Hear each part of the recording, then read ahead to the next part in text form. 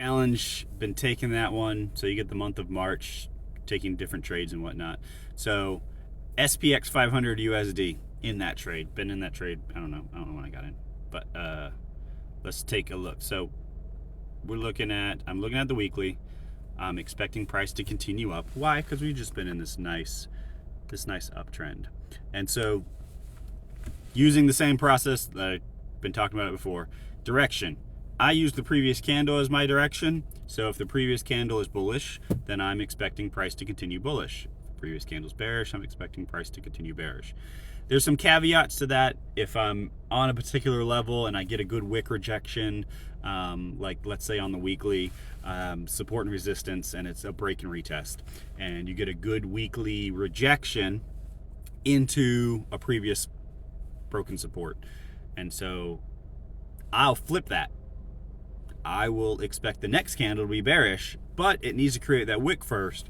And so in order to create that wick first, it has to go into the area of the previous wick. So DAE, direction, area of interest, and then entry. So my area of interest is somewhere in that wick area. So I usually draw half of that wick area on the higher time frame, and then I'll go down to the lower time, my actual entry time frame, and clean it up and that's when I'll look. And when price gets to that area, I'm just waiting to see if there's any sort of hesitation. If there's hesitation, I'll go ahead and get into the trade, expecting that that's the turnaround point for where I expect price to go. And so yeah, that's pretty much that. So same thing here though. Two candle, previous candle bullish, next candle I'm expecting to be bullish as well. So I look up on the weekly, I mark out my level. So with this one, I had two different levels. I had the 50% of the previous week's candle, and then also we had 50% of last week's candle, the week before's candle. That's still last week, isn't it? The week of the 19th of February. There we go. Even better. Let's get hard numbers and dates. 50% of that candle was marked up as well, because, well, I was looking at it last week and I just left all the stuff on there. So this is my direction time frame. I got the direction. Go down to the 4 hour, which is my actually entry time frame, and we look at what price is doing there. And so this is last week's zone, bottom red zone. I did not get into a trade there, although there's a couple. You could actually, you can look and see when it got into this zone, it just wouldn't break through, and there's really nothing. And then you got a nice, big, huge, bullish, an engulfing candle. But it's when you look in the comparison of all the rest of the candles, it's bigger. So it's like, okay, yeah, that's a good sign that the buyers are stepping into the market. This week's candle tore through my level that I had for the 50% retracement of that one, but it came down and almost pinned directly the lowest point it came to for the previous candle when it came to retest. And I'm like, okay, that right there is a good sign that it's just not going to go lower and we should go higher from here. And so waited a couple, I don't know if I was getting up, and that's why. So that's 9 o'clock in the morning. Yeah, so I wasn't up until around that time and saw everything, and I'm like, okay, let me go ahead and get in. So I got in, and now we've just been climbing. Since then, I have put my stops to break even. We had I think there's some news coming out today. We'll see what happens with as far as this trade. But if this wins, it's going to be a $1,000 winner, and all it is a small 1-to-1. But it's using the same method that I'm talking about, that I come to the markets and look at every single time. Now, once again, there's a little bit of nuances as far as, do I always go first candle, second candle? Well, no. Sometimes, depending on the context, I might flip it and go that way. But the process still remains the same. I get my direction from a time frame. I have my area of interest, whether that's on the same time frame or a lower time frame. I have my area of interest where I think price should get to, and this is where I'm actually interested in getting into the market. And then I have my entry reasons. Some of those are nothing more than a quick rejection out of that area. Other times I'm specifically looking for the market to show me evidence that it wants to go in the direction that I want it to go. And if that's the case, I get in. And that's pretty much it. Every now and then I might give trades a second chance.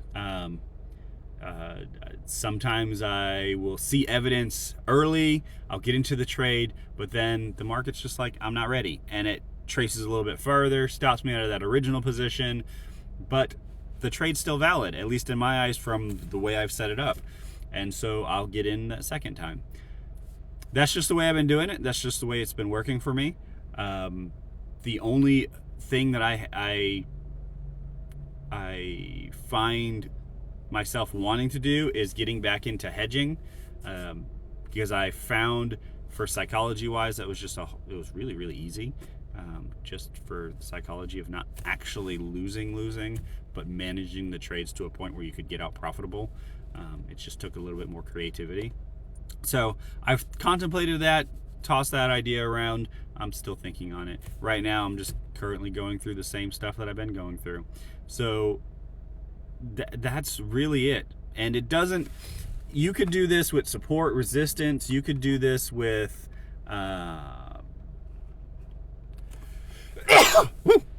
you can do this with trend lines. You can do this with all sorts of stuff. So support, resistance here, let's see if we can get this nice and cleaned up. So we're at a resistance area there. It's actually broken above. That actually might be for a buy. We'll see. Actually, might have to take that here shortly. Just looking at everything that's going on, we got a nice uptrend going on. We've just broken above and closed above really nicely. This little area here, which was support in the back, resistance here recently, and now did not even really flinch to be resistance this time. But it looks like prices come back into this area, rejected it. We have a rejection. We have a flip of the candle on the 4 hour. So this is likely it might go up from here. Me now, with all this going on, I would have liked to have seen the rejection on that first bearish 4 hour candle and then use that wick area as the entry for the next 4 hour candle, and we'd already be in profit at this point in time. But that's gone now, and I can't justify that. So my only next steps now are to wait for the 4 hour candle to close. Hopefully it closes bearish, or not bearish, but bullish. If it closes bullish, then I'll do the exact same thing.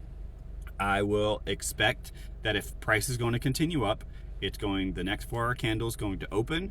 It should create somewhat of a wick first before continuing on in that direction. So I'll mark up the open of that candle. I will mark 50% of the previous candle, and then I will look to see how price reacts if it gets to that 50% area.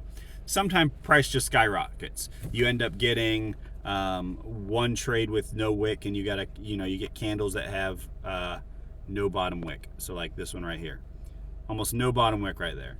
Would have gave me no real reason to get into the trade. And so I might not get into the trade like that.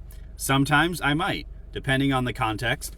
I might use the high of the previous candle, and if price breaks strongly above that high, I'll take that as my entry. I'll put my stop below the entry, or the whatever open and whatever small low it did create. Like this has a really small low on it. It's just some really small wick.